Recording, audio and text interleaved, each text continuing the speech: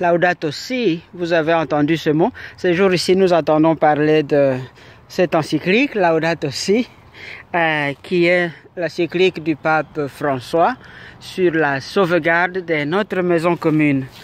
Je m'amuse à faire un reportage, m'afin improvisé. Je suis venu me promener et tout d'un coup, je me rends compte que dans cette forêt naturelle,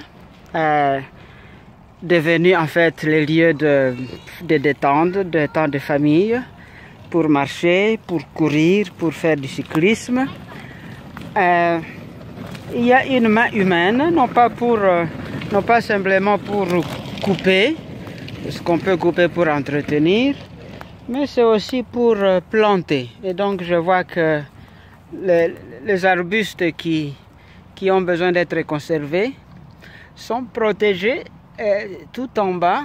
Et comme je le disais dans un autre extrait, c'est pour les protéger contre les antilopes et d'autres bêtes sauvages qui broutent les jeunes plantules. Un exemple à suivre, planter un arbre, c'est assez facile. Faire grandir un arbre, c'est un peu plus exigeant.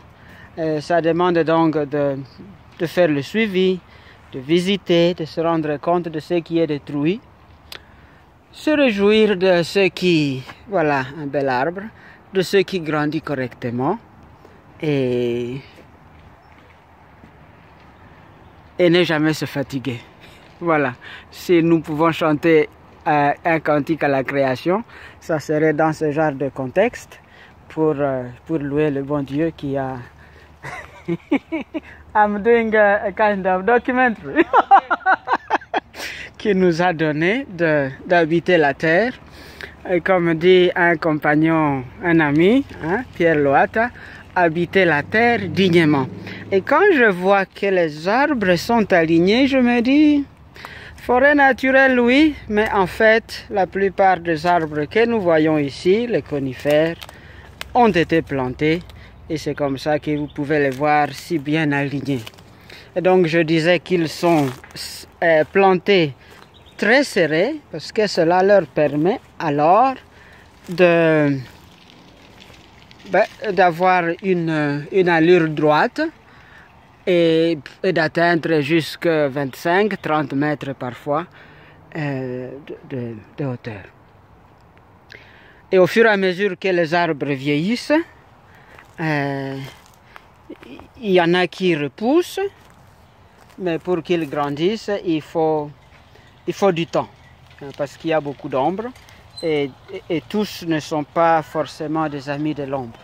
Et donc il y a des arbres qui dominent, et d'autres qui sont dominés. Mais cela fait la complémentarité dans l'écosystème. Et voilà, je vous laisse là, avec cette maman qui fait son vélo. Et encore, comme je vous disais, c'est les lieux où des familles peuvent venir se détendre. Voilà, louons le Seigneur qui a créé le ciel et la terre. Voilà, donc c'est moi qui vous fais ce reportage de 3 minutes.